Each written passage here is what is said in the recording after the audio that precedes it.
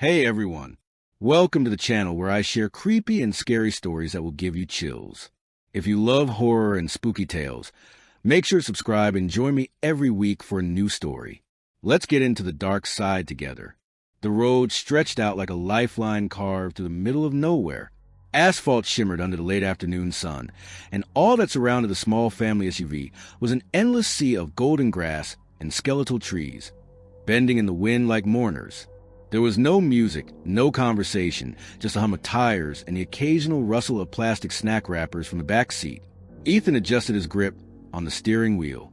"Still no signal?" he asked, glancing over to Mara, who held her phone high, hoping for a miracle. She shook her head. "Nothing. Been dead since we left Ridgeview."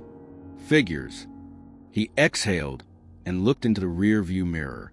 Liam sat in the back, earbuds in, eyes fixed on a window. The boy wasn't listening to anything. Ethan knew that, but it gave him something to focus on, some imaginary wall to keep the world out. The silence was growing heavier. The GPS had frozen hours ago. The old state highway they'd taken as a shortcut now felt like a mistake, a narrow scar on the map that no longer led anywhere familiar. Every mile deepened Ethan's discomfort.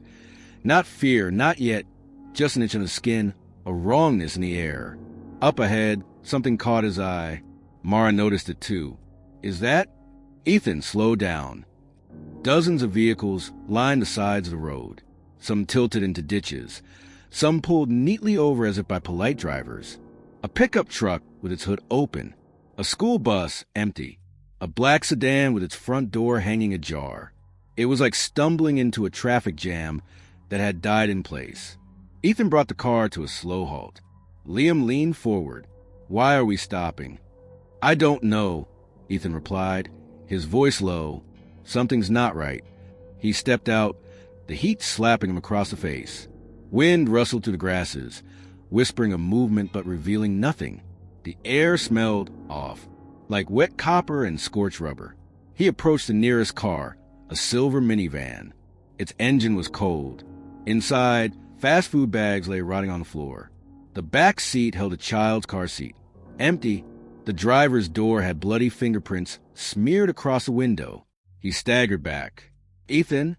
Mara called, her voice shaking. She'd stepped out now, too, shielded her eyes from the sun. Liam stayed in the car, clutching the seatbelt like a lifeline. Then a noise, faint but unmistakable, sliced through the wind. A click, then another, from within the nearby cars, from under the school bus, from behind the broken-down truck. Tiny mechanical sounds, like joints cracking, something shifting, something breathing. "Get back in the car," Ethan said sharply. "Now." But before they could move, a face appeared in the window of the sedan across from them. A man, pale and wild-eyed, his face pressed to the glass. His mouth formed silent words. "Don't move." He held up a hand, one finger to his lips, and then, from somewhere out of sight, behind the fields or beyond the trees, came a sound that none of them had ever heard before but would never forget afterward. A low, warbling howl, bone vibrating. Wet. Wrong. And just like that, the silence became silence. It was the kind of silence that didn't feel empty, it felt full, as though the very air had stopped breathing, holding itself still to avoid being heard. Ethan froze in place. Mara hadn't closed her car door yet. It sat slightly ajar, hinges creaking faintly in the breeze. That soft groan alone felt like it could trigger the end of everything. The man across the road, the pale, frantic one, kept his finger pressed to his lips. His eyes flicked left, right, then locked on Ethan's with a terrifying intensity. Slowly, agonizingly, he mouthed again, "Get in the car." Liam's face was white behind the SUV's rear window. His small hands pounded silently on the glass. Then, something moved in the field. No footsteps, no rustling, just grass bending, inward, like something huge pressing through it, but soundless, too controlled, too fluid. No shape could be seen, only the aftermath, a trail through the stalks like the wake of a serpent. Ethan grabbed Mara's wrist and yanked her toward the car, moving with the exaggerated slowness of a man walking underwater. The wind died. The breeze no longer carried sound or scent, just pressure. Ethan eased Mara's door shut. No slam, no click, just weight and tension pressing together. Inside, the silence became unbearable. Even their breathing felt like betrayal. The SUV's windows fogged slightly with their shallow exhales. No one moved, not a finger. Then, a sudden violent motion. Across the road, the man in the black sedan flailed, his mouth wide in a scream they couldn't hear. The door of his car had somehow come unlatched. It swung open an inch, and the air responded. From the field, something rushed. Not visible, but felt. The grass split, bent. Gravel skittered. A low, pulsing vibration thumped to the ground like a subsonic drumbeat. And then he was gone, ripped backward into the ditch. No time to fight, no time to shout. No blood, no bones, just a soft pop of suction, the tearing rustle of air collapsing into the void where he had stood. Then nothing, as if he had never existed. Liam whimpered. Mara squeezed his hand tightly, forcing him to stay silent. Her own nails dug into his palm, but she didn't care. If he made a sound, they'd all vanish. Ethan gritted his teeth. Sweat trickled down his neck. He reached slowly toward the dashboard and turned the ignition. No sound. The engine failed. A faint beep blinked on the screen. System error. GPS lost. Emergency lockdown mode activated. What the hell? Ethan mouthed, but he didn't speak. He didn't dare. They were trapped in a cocoon of silence. Surrounded. Hunted. Across the field, 2 more cars shifted. Shapes inside. People like them. Trapped. Terrified. And then, from just beyond the tree line, came a different sound. Not the monstrous howl from before. This was human. A scream. High-pitched female desperate. It cut through the air like a blade. Everything changed. The world, whatever was left of it, reacted instantly. Dozens of somethings burst from the tall grass. The trees themselves seemed to shake. Car doors flew open. People began to run. And that was their second mistake. The first had been speaking. The second was running. Outside the SUV, it became chaos, but silent. People vanished mid-step, mid-breath, as a vacuum from reality. A woman tripped, her mouth wide, her body twitching, gone before she hit the ground. The scream had called them. Ethan didn't move. He couldn't. In that terrible silence, he finally understood. This was no longer about surviving the world. This was about surviving sound. Even thinking about it felt dangerous now. It had become a weapon, not just a risk. Inside the SUV, the family sat frozen. The radio blinked on and off, static pulsing in uneven bursts. Ethan reached forward and yanked the knob off entirely. The quiet returned like a blanket soaked in tension. Outside, the world had turned to stillness again. No birds, no insects, no wind. Mara clutched Liam tightly, shielding his ears, though there was no sound to block. Just a lingering echo of that woman's scream, and the aftermath. Vehicles now empty, doors swaying like pendulums. Every person who had made noise, gone. Ethan moved carefully. He pulled the emergency brake and mouthed, "We can't stay." Mara shook her head. "We can't leave." He stared ahead. Far down the road, maybe half a mile, a figure stood, small, still, dressed in red. A child? No, not a child. Its head tilted too far. Limbs wrong. Unnatural posture. Ethan blinked, and it was gone. He turned the key again. Silence. The SUV's dashboard remained dead. Systems locked. The entire car was muted, and then a tap, not from outside, from above. They all looked up simultaneously, dread icing their blood. Something was on the roof. Liam's lips trembled. Ethan reached back, gently gripping his son's knee. One squeeze, stay still. 2 squeezes, no noise. The tap returned, then a slow scrape, like claws dragging across metal. Deliberate, testing. The thing above them wasn't breaking in. It was listening. A faint sniff followed, like lungs breathing against steel. Ethan felt his bladder tighten. Then, a sharp crack to their left. One of the other cars had a baby inside. Its cries had started low, confused. Now they were rising, piercing. A mother's voice followed, panicked, broken. "Please, please." And just like that, the roof above Ethan went still. The thing left them. The cries outside turned into shrieks. Wet thuds. A gurgled scream. Then silence again, more complete than before. Mara's hand covered Liam's mouth. His face was streaked with tears. They waited. Long minutes passed. Ethan knew staying there would get them killed. Soon. But he also knew movement meant noise. Noise meant death. And yet, he saw something in the rear-view mirror. A flicker. Faint. A light. About 400 meters back down the road. Past the wreckage, someone had lit a small red flare. It waved once. A signal. Someone was alive. And they were calling them. Ethan pointed. Mara stared at him in disbelief.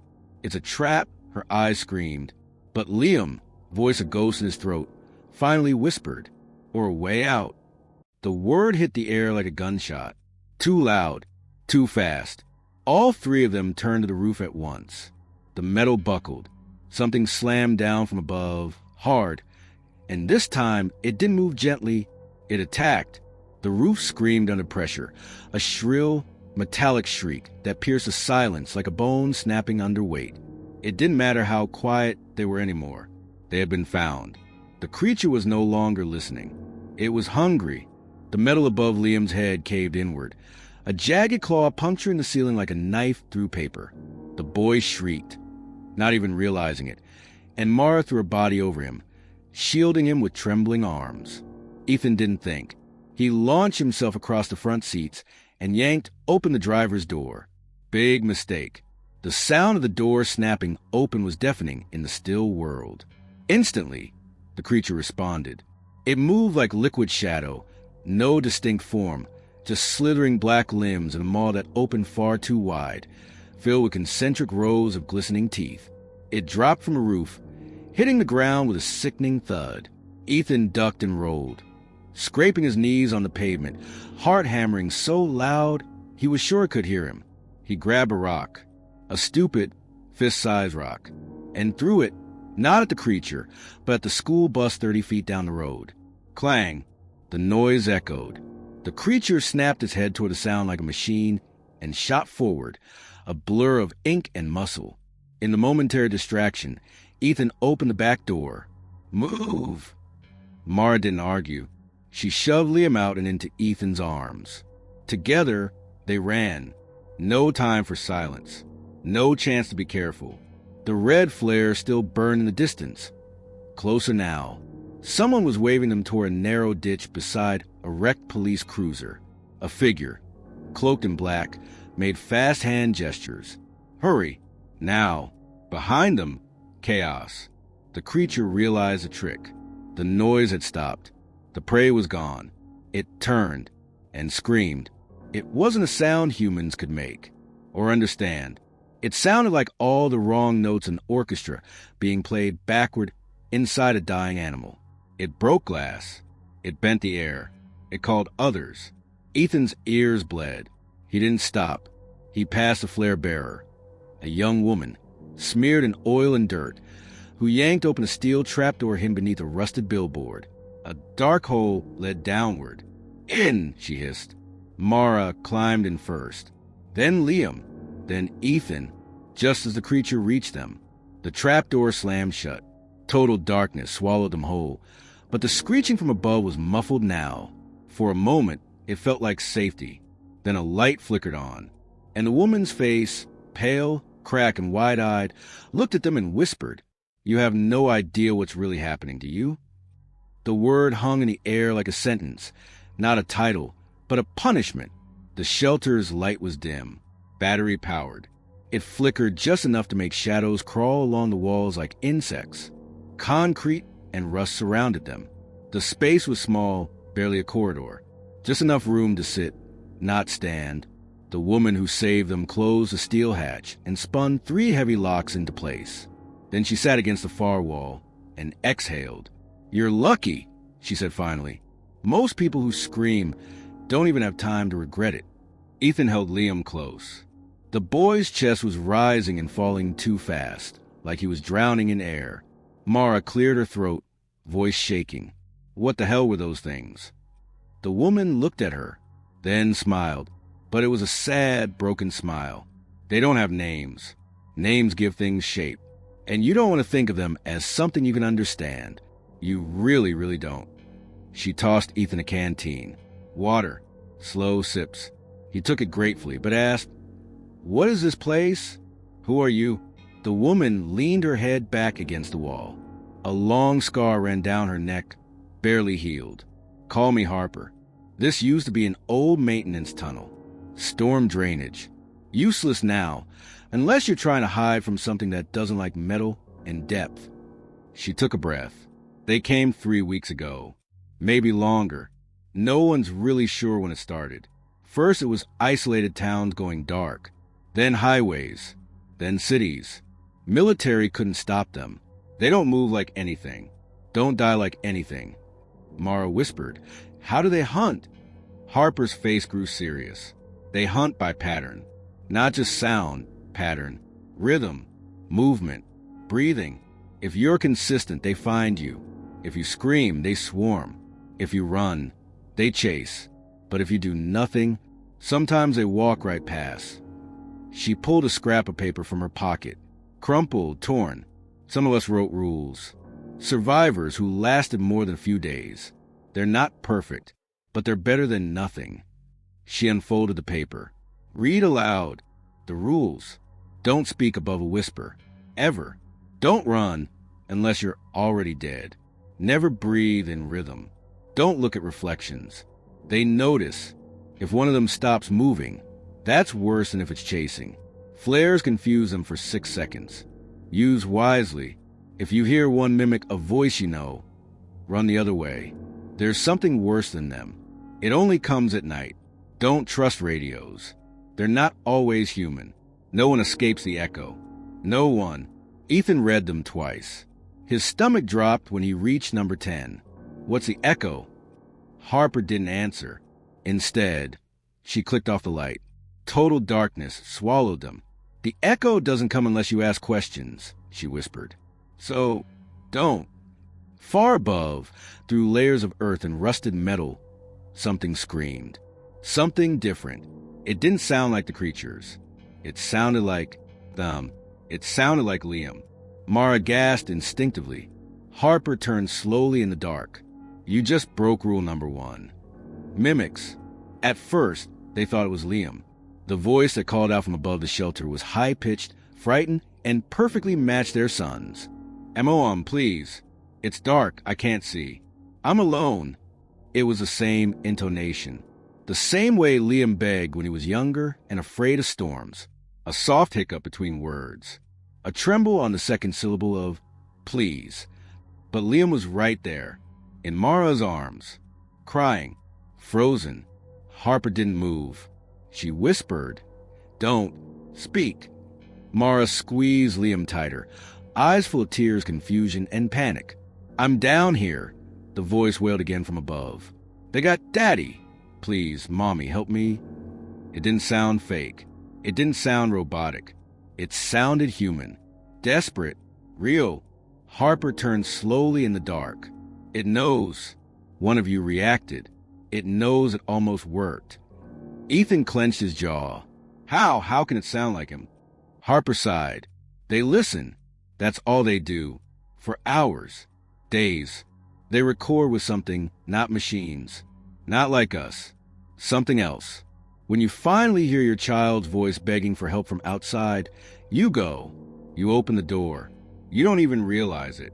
And when you do," she traced her scar down her throat. "That's how I lost my sister." Silence again. Heavy and cold. Liam sobbed softly. "I didn't mean to." "I know," Harper said, not unkindly. "But they don't care." Then 3 knocks. Exactly spaced. Exactly timed. From underneath the shelter, Harper's eyes widened. "No," she breathed. No, no, no. They never mimic from below. They've never. Ethan stood. What does that mean? It means one of two things, Harper whispered. Either they've changed. The steel floor groaned. Or one of us brought one in. A beat. Mara's breath caught. No, we were careful. Harper's hand slid to her belt. A long hunting knife. Were you? She looked at Ethan. Then at Mara. Then at Liam. The boy sat curled against the wall, shaking. No, Mara said. Don't even look at him like that. Harper didn't blink. You said he was quiet, but he spoke. He whispered, and they mimicked him immediately. Too fast. Ethan moved between them. Back off. Then the door handle turned. The inside handle. Slow. Deliberate. Harper froze. That was locked. The hatch clanged once. Then again. Something was trying to open it from inside. Liam screamed. The light died. The passenger. The light died. The hatch handle clicked again. Slowly. Metal against metal. The sound of something trying to be careful, but not understanding how silence truly works. Harper moved first. She pressed her back to the curved wall, knife in hand, breath held. Ethan pulled Liam close. Mara was whispering over and over, don't move, don't move, don't breathe. A soft hinge groan echoed from the ceiling. The hatch was opening, and then a boot appeared, just one, covered in mud, blood, and something else. Something shimmering, like oil under moonlight. Then a figure followed, dropping down into the shelter. It didn't land like a human. It folded, unfolded. But when the dim backup light clicked back on with a dying buzz, the figure looked normal. Too normal. Young man. Military jacket. Dirt-streaked face. Pale eyes. Wide pupils. No blood. Harper didn't lower her knife. Who the hell are you? She demanded. The figure blinked. Smiled. Name's Reed. Just Reed. His voice was smooth. Almost charming. Almost too measured. I saw your flare. Followed it. I've been underground 3 days, hiding. Mara looked skeptical. You opened the hatch from the inside. Reed shrugged. Tunnels. They're all connected. I guess I looped around. Harper didn't move. Show me your teeth. What? You heard me. Reed frowned but opened his mouth. Perfect teeth. Human. Not too clean. One cracked molar. No rows. No slime. No twitching. Harper lowered the knife. Slightly. Sit. No sudden movements. And if you hear a voice that sounds like someone you love, don't react. Reed sat cross-legged. His smile didn't fade. Been there. Done that. Lost a brother to one of the mimics. Didn't fall for it myself. Ethan narrowed his eyes. What do you mean lost? How did it happen? Reed looked straight at him. It used my voice. That silenced the room. Harper spoke again, low and cold. How did you survive? Reed's smile finally faded. I didn't. Not really. They all froze. But he laughed. Kidding. Just messing with the mood. No one laughed with him. Liam whimpered, and Mara shielded him again. Ethan stared at Reed. Something about him felt off. Too calm. Too ready with answers. And the voice, smooth, but lacking warmth. Like a rehearsed play. Harper stood. We move at dawn. If there's a dawn. I don't trust this tunnel anymore. Not with new guests. Reed stretched. I know a place. Safer than this. An outpost, concrete, barbed wire, depth sensors. Military-grade shielding. You'll be safe there. Why haven't you gone back, then? Ethan asked. Reed looked away. Lost away. Too fast. Harper didn't buy it either. She mouthed silently to Ethan. We don't sleep tonight. Then, from behind Reed, the echo of his voice. The same voice. I know a place. Safer than this. Exactly the same tone. But not from him. From deeper inside the tunnel. Reed didn't flinch. He just smiled again. The deeper they went, the older the walls became. Cracks spread like veins along the concrete. Rust crept over forgotten pipes. Mold bloomed in thick black patches that breathed when the air stirred. There was no more light down here, only the weak blue of Harper's flashlight, flickering as though something kept trying to breathe it out. Reed led the way, too confidently. This tunnel connects to a testing ground, he explained. Was supposed to be sealed off years ago. A Cold War bunker. Military used it for, let's say, experimental containment. Harper didn't like his tone. You've been down here before. Reed didn't turn. Once. Ethan glanced back at Mara and Liam, both silent but alert. Harper brought up the rear, one hand on her knife, the other on the wall, as if trying to feel for something. Every few steps, they heard faint clicking noises behind them. Harper whispered, "Stop walking." They froze.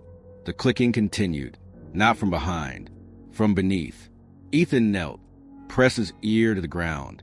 There was movement below the tunnel, like giant insects scraping against metal. Hundreds of limbs. And breathing. Wet, hollow, unhuman. Harper whispered, "They're below us." Reed didn't stop walking. "Yeah," he said casually, "but they don't come up this far. They're trapped in what's left of the research wing. I locked the floodgates weeks ago." Mara hissed, "You locked them in?" Reed finally turned around. "No," he said. "I let them in." Silence. Total. Liam whispered, "What do you mean?" Reed's face changed.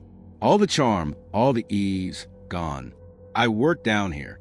Not as military. Not as science. Something else. We studied acoustic-based behavioral control in predatory organisms. Things from deep-sea vents, ancient spores, other things. Until one day they stopped listening." He stepped toward Ethan and started speaking. Harper raised her knife. "Back off." Reed ignored her. "They mimicked us. First just words, then tone, then behavior. Eventually, they started replacing. That's what broke us." Ethan's voice cracked. "Are you saying you're one of them?" Reed grinned. "If I were, would I tell you?" And then, behind them, another Reed stepped into the tunnel. Same face, same eyes, same smirk. But the second one spoke first. They only send one when they want to negotiate. The first Reed turned toward the second. Or when they're testing who's real. Both smiled. Harper turned off her flashlight. Darkness swallowed everything. Gunfire erupted. One shot. A scream. Then silence again. One Reed fell. The other stood. But in the pitch black, no one could see which one lived. Shelter. The steel door slammed shut behind them, sealing the world out. Or so they thought. The corridor they entered was wider than any previous tunnel. Clean. Dry. Lit by dim halogen panels that still somehow worked. Military grade. Reinforced concrete lined every surface. This wasn't just a shelter. It was a fortress. Harper wiped blood from her cheek, the result of whatever happened back in the tunnel. She still wouldn't say which Reed she shot. And no one asked. Not yet. Ethan carried Liam, who had fallen silent again. Not asleep, not really awake either. Just still. Mara walked beside them, one hand gripping her son's shirt, like letting go meant losing more than her child. They passed through 2 security doors, past rusted biometric scanners, past bullet holes in blast-proof glass. Finally, they reached the central room. Circular. 1 table. 2 bunks. A flickering CCTV monitor showing static. No voices. No wind. No screams. Just that eerie clinical hum. "Home sweet home," Harper muttered. But something felt wrong. "Where is everyone?" Ethan asked. Harper didn't answer. He moved toward the monitor, tapped the keys. The screen shifted. One by one, security cameras flickered to life. Empty stairwells. Abandoned labs. An armory, door broken. A corridor filled with dried blood. And then, camera 8. The entrance tunnel. Footage showed them, the group, entering the shelter minutes ago. But on the left side of the screen, a figure followed behind them. Not seen, not heard. A figure that wasn't there in real life.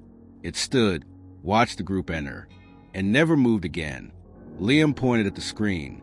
"I didn't see that man." Ethan's skin crawled. Mara's voice shook. Maybe it's lagged, or old footage. The figure lifted its hand and waved at the camera. Now, Harper drew her weapon again. We're not alone. A deep, low thud echoed through the shelter, not mechanical, not seismic, organic, from beneath. No, Harper whispered. It can't be. What? Ethan asked. Harper turned to him. There's only one thing that can make that kind of pressure under reinforced floors. Her voice dropped lower. It means one of them evolved. The lights flickered. On the CCTV, camera 4 cut out, then 5, then 6. Each time, a shadow passing by. Liam finally asked a question no one wanted to say. If this place is sealed, how did it get in? And the answer came not from Harper, nor Ethan, nor Mara, but from Reed, the one they let live. He leaned against the wall, calm, watching the screens vanish one by one, and smiled. It didn't get in. He looked straight at them. It never left. The room vibrated. Low, steady pulses, like the heartbeat of something buried beneath the concrete. A mechanical system long dead, or something alive and waiting. Ethan backed away from a monitor. It's inside. Reed didn't deny it. Didn't move. Just watched. Harper raised her gun, eyes locked on him. You knew this whole time. Reed smiled. I didn't lie. I said I led you to safety. I never said whose safety. Mara stepped forward. What the hell are you? His expression softened. You want the truth? No one spoke. Reed stepped into the center of the room, directly under the flickering light. His shadow split for a moment into 2, then 3, then 1 again. They call us mimics. That's close, but incomplete. A pause. We're not from the stars. We're not from below. We're from you. Silence. Ethan whispered. What? Reed tilted his head. Every fear, every suppressed thought, every repressed guilt. We're your echoes, born where minds break, in war and isolation and grief. The light above flickered again. Reed's face shimmered. Not physically, perception bent. Harper's hands trembled. She kept the gun raised. You're lying. Reed smiled. Then shoot me. She did. 3 times. The bullets hit. Flesh tore, but no blood came out. Just voices. They spilled from the wounds. Screams. Please. Whispers of loved ones long dead. Liam clutched his ears. Make it stop. Reed dropped to his knees. And split. Right down the middle. 2 Reeds stood up. One turned to Mara and said in Ethan's voice, He's not your son. The other turned to Harper and whispered in her father's voice, You killed me. Mara screamed. Harper fired again. Nothing worked. The room darkened, not from lack of light, but from something behind the light. Ethan grabbed Liam. Run. But there was nowhere to run. The shelter bent inward, not physically. Perceptually, the walls folded like paper. The doors vanished. The cameras now showed footage of them, in other places, doing things they didn't remember. Mara, screaming in a lab coat. Harper, watching a test subject die. Ethan, signing a waiver form. Liam, born inside the base. None of you were innocent. Reed's voice echoed, now from every speaker, every surface, every thought. We didn't invade. You summoned us. Suddenly, it all clicked. This wasn't a rescue mission. It was a containment breach. The group wasn't random. They were the ones who made the creatures, fed them, listened to their voices, used them as weapons. And the only way the creatures could leave was by pretending to be their creators. A long beat of silence. Then Ethan whispered, Oh, God, we're not the survivors. Harper shook her head.